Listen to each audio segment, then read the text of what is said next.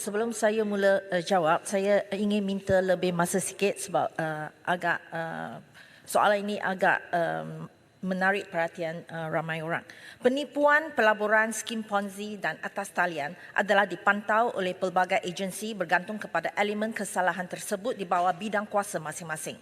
Ini termasuk Polis Diraja Malaysia bagi kesalahan penipuan, Kementerian Perdagangan Dalam Negeri dan Kos Sara Hidup bagi kesalahan menjalankan skim jualan langsung tanpa lesen dan mempromosikan atau menjalankan skim piramid, Suruhanjaya Syarikat Malaysia SSM bagi kesalahan menjalankan skim kepentingan secara haram, Suruhanjaya Security Malaysia SC bagi kesalahan menjalankan pelaburan security secara haram dan Bank Negara Malaysia bagi kesalahan-kesalahan menjalankan aktiviti pengambilan deposit secara haram atau dagangan mata wang asing secara haram.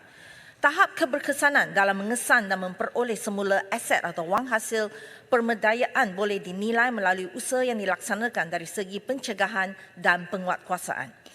BNM telah menetapkan keperluan untuk bank-bank memastikan kawalan dan standard keselamatan mereka sentiasa berada pada tahap tertinggi pada setiap masa, terutama bagi perkhidmatan pembangkang internet dan mudah alih selaras pengumuman BNM pada September 2022. Sehingga Jun 2023, semua bank utama telah melaksanakan 5 langkah utama yang telah diumumkan seperti berikut. Mempercepatkan peralihan kepada kaedah pengesanan yang lebih kukuh daripada penghantaran kata laluan sekali sahaja one time password OTP melalui sistem pesanan ringkas SMS, memperketat peraturan pengesanan penipuan dan sekat transaksi yang disyaki terlibat dengan aktiviti penipuan kewangan, termasuk melaksanakan mekanisme kill switch bagi membolehkan dengan izin pengguna untuk membekukan akaun sendiri sekiranya terdapat aktiviti mencurigakan. Mengenakan tempoh bertenang cooling off period untuk pendaftaran kali pertama bagi perkhidmatan pembangkang dalam talian atau peranti selamat secure device. Menghadkan pelanggan kepada hanya satu peranti sahaja untuk pengesahan transaksi pembangkang dalam talian.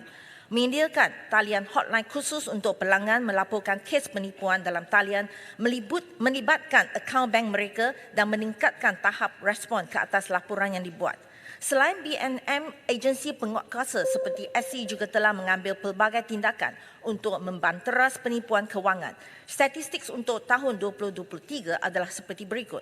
Permulaan pelbagai tindakan dan siasatan termasuk mengambil 15 tindakan pentadbiran dengan mengenakan penalti dan melucut hadkan keuntungan.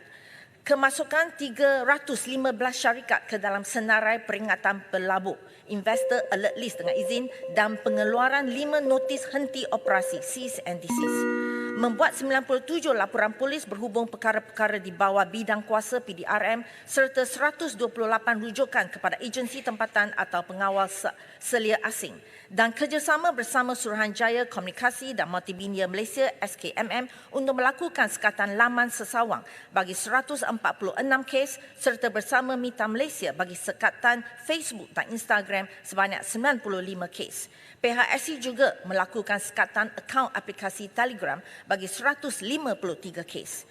Di peringkat kebangsaan, Pusat Respons Scam Kebangsaan NSRC juga telah ditubuhkan sejak Oktober 2022 sebagai pusat operasi untuk menyelaras tindak balas pantas terhadap penipuan kewangan dalam talian termasuk pengesanan dana yang dicuri dan pengambilan tindakan penguatkuasaan terhadap penjenayah dengan lebih cepat, efektif dan efisien.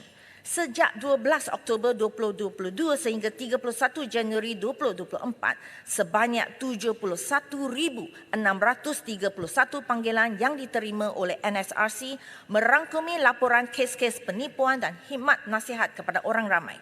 Berdasarkan kepada aduan-aduan yang diterima itu, didapati jumlah kerugian adalah sebanyak 245 juta ringgit.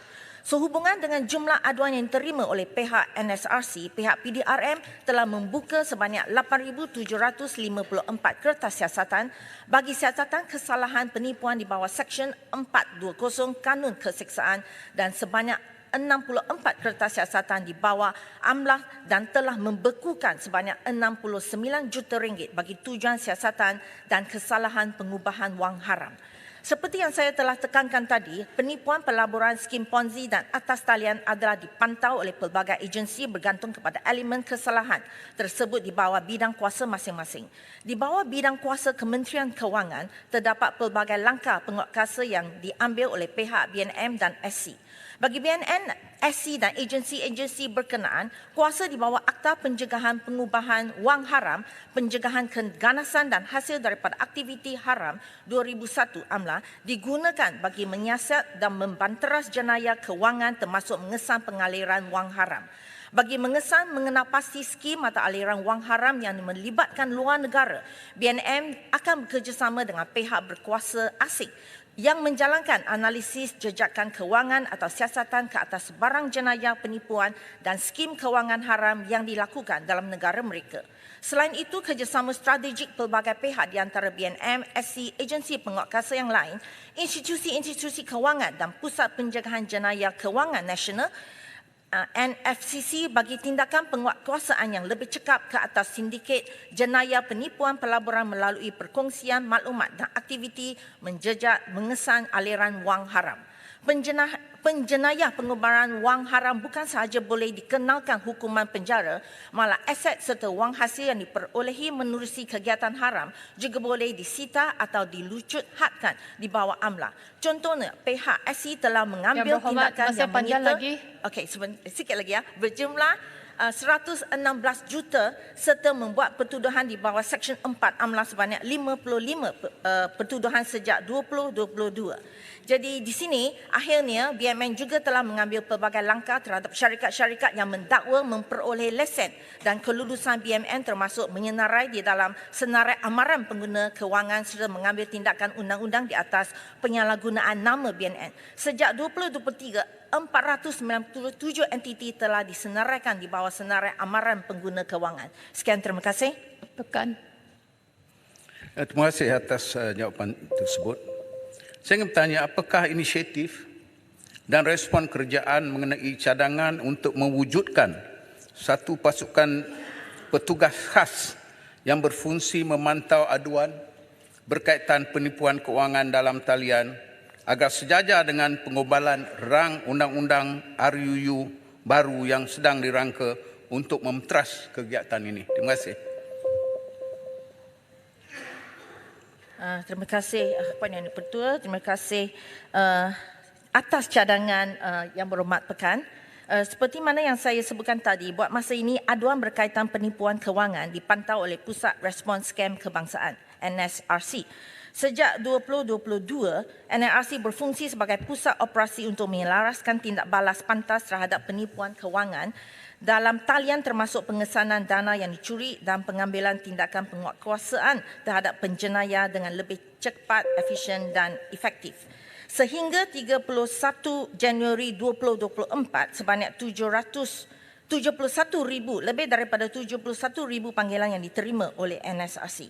Orang ramai boleh melaporkan kes penipuan dengan menghubungi talian pantas NRC 997 atau institusi kewangan masing-masing. Berkenaan dengan rang undang-undang baharu yang sedang dirangka, saya cadangkan agar perkara ini dirujuk kepada pihak Jabatan Perdana Menteri JPM dan National Anti-Financial Crime Centre NFCC. Dengan izin, sekian, terima kasih.